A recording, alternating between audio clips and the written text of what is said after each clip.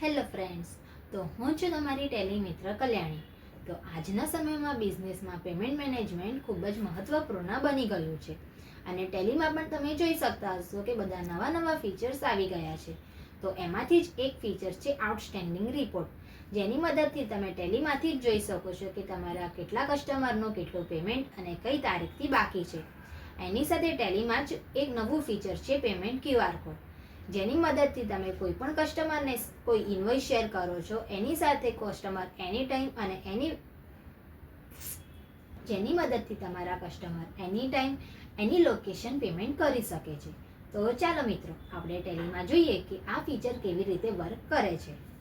મિત્રો, તમે ટેલીમાંથી કેવી રીતે આઉટસ્ટેન્ડિંગ રિપોર્ટ જોઈ શકો છો અને તમે પેમેન્ટ QR કોડ કેવી રીતે કરી શકો છો, ચાલો આપણે જોઈએ. તો સૌથી પહેલાં અહીંયા આગળ હું વાઉચરમાં જઈશ અને એના અંદર જેમ કે આપણે કોઈ સેલ્સની એન્ટ્રી પાસ કરીએ છીએ, તો આપણે અહીંયા એક સેલ્સની એન્ટ્રી પાસ કરીએ. તો જેમ કે માનસી પ્રાઇવેટ લિમિટેડ છે, એને હું સ્ટોક સેલ કરી રહી છું.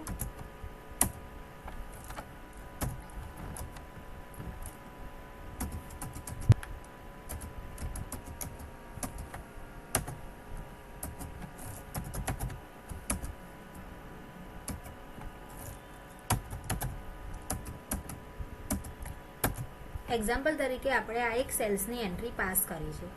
હવે તમે જેમ કે કોઈ સેલની એન્ટ્રી પાસ કરો છો અને તમે જ્યારે કોઈ ઇન્વોઇસનું પ્રિન્ટ કરો છો અને જો તમને એના સાથે QR કોડ કે પછી પેમેન્ટ લિંક અટેચ કરવી હોય તો તમે અહીંથી જ કરી શકો છો. તો અહીંયા આગળ જ્યારે આપણને ઓપ્શન આપેલો છે એક્સચેન્જમાં જઈને તમે અહીંથી જનરેટ પેમેન્ટ લિંક અને QR કોડ ઉપર ક્લિક કરશો તો તમને ઓપ્શન શો થશે કરંટ. એના ઉપર એન્ટર કરશો એટલે કે તમારું જે ઇન્વોઇસ છે અને ઇન્વોઇસની જે અમાઉન્ટ છે તમને અહીંયા આગળ ઓટોમેટિકલી શો થશે. એના ઉપર હું એન્ટર કરી દઈશ અને એક્સેપ્ટ કરીશ. તો અહીંયા આગળ તમને એક પોપઅપ શો થશે કે QR કોડ જનરેટ થઈ ગયો છે.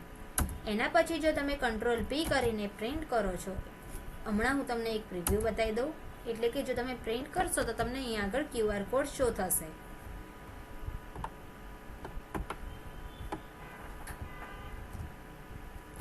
જેની મદદથી તમારા જે કસ્ટમર છે એ ડાયરેક્ટ કોઈ પણ જગ્યાએથી અને કેટલું પેમેન્ટ છે એ અહીંથી સ્કેન કરીને એમને શો થશે અને અહીંથી સ્કેન કરીને ઇઝીલી પેમેન્ટ કરી શકે છે.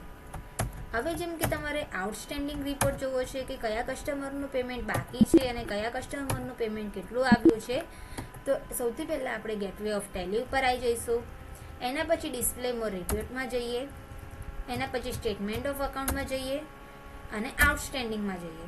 તો તમે અહીંથી લેઝર વાઇઝ પણ જોઈ શકો છો, ગ્રુપ વાઇઝ પણ જોઈ શકો છો અને રિસીવેબલ પેએબલ પણ જોઈ શકો છો. એક્ઝામ્પલ તરીકે મને અહીંયા આગળ લેઝર વાઇઝ ચેક કરવું છે, તો હું કોઈ એક લેઝર સિલેક્ટ કરી દઈશ.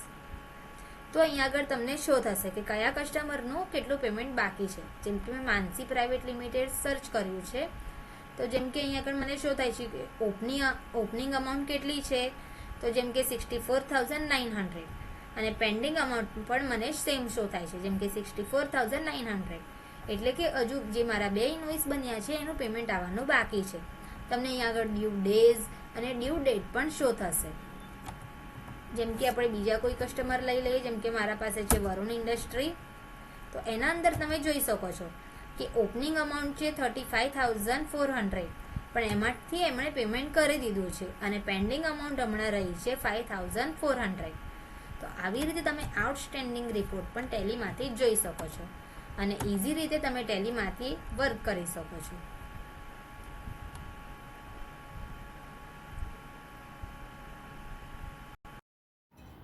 વધુ માહિતી માટે સ્ક્રીન પર આપેલા નંબર ઉપર કોલ કરો, અમારે ઇન્સ્ટાગ્રામ પેજને ફોલો કરો અને યુટ્યુબ ચેનલને સબસ્ક્રાઇબ કરો. Thank you.